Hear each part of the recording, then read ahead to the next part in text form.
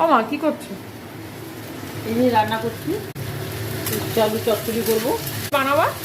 এই যে একটু তেল দিলাম, তেল দিয়ে এই উচ্ছে আলুটা বসিয়ে দিলাম, ওটা নাড়লাম, একটু নুন দেবো, হাফ চামচের মতো নুন দিলাম, চামচের মতো হলুদ দিলাম, এটা করবো। তারপরে আবার পরে দেখাচ্ছি, দাঁড়া আস্তে আস্তে করি, হয়ে যাক।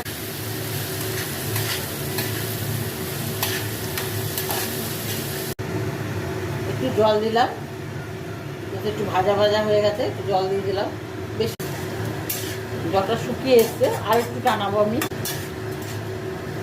না হলে ভাল লাগবে না। একটু সর্ষে গুঁড়া দিয়ে দিলাম, গুলে জল দিয়ে।